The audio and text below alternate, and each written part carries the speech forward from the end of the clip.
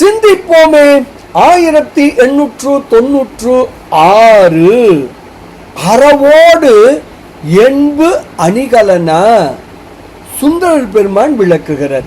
மூங்கிலை போன்று வளர்ந்துள்ள கரும்புகளையும் வாழைப்பழங்களையும் பாக்கின் பழுத்த காய்களையும் வாரி அடித்து கொண்டு வருகிற அரிசில் ஆற்றின் தென்கரையில் அமைந்துள்ள திருப்புத்தூரில் எழுந்தருளிய அழகரே, மழை மேகம் போன்ற கண்களை உடைய உமாதேவியை இடப்பாகத்தில் வைத்தீர். வளரும் பொன் சடையில் கங்கையை மகிழ்ச்சியோடு வைத்தீர்.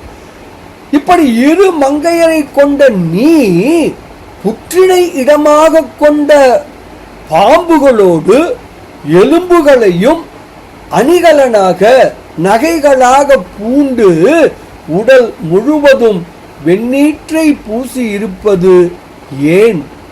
எதற்காக? இப்படியாக பெருமான் செய்வதெல்லாம் நாம் உய்யவே என்று விளக்குகிறார் சுந்தரர் பெருமான். பாடலை காணலாமே.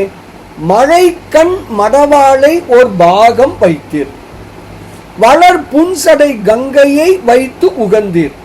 முழை கொள் அறவோடு என்பு அணிகலன முழு மெய் நீரு பூசுதல் என்னை கொலோ.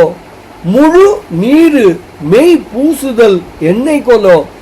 கழை கொல் கரும்பும் கதலி கனியும் கமுகின் பழு காயும் கவர்ந்து கொண்டிட்டு அழைக்கும் புனல் சேர் அரிசில் தென்கரை அழகார் திருப்புத்தூர் அழகநீரே என்று சுந்தரர் பெருமான் தாம் அருளி செய்த 7ஆம் திருமுறையான தேவாரத்தில் 8வது திருப்பதிகத்தில் 9வது திருப்பாடலில் மிக தெளிவாக விளக்குகிறார்.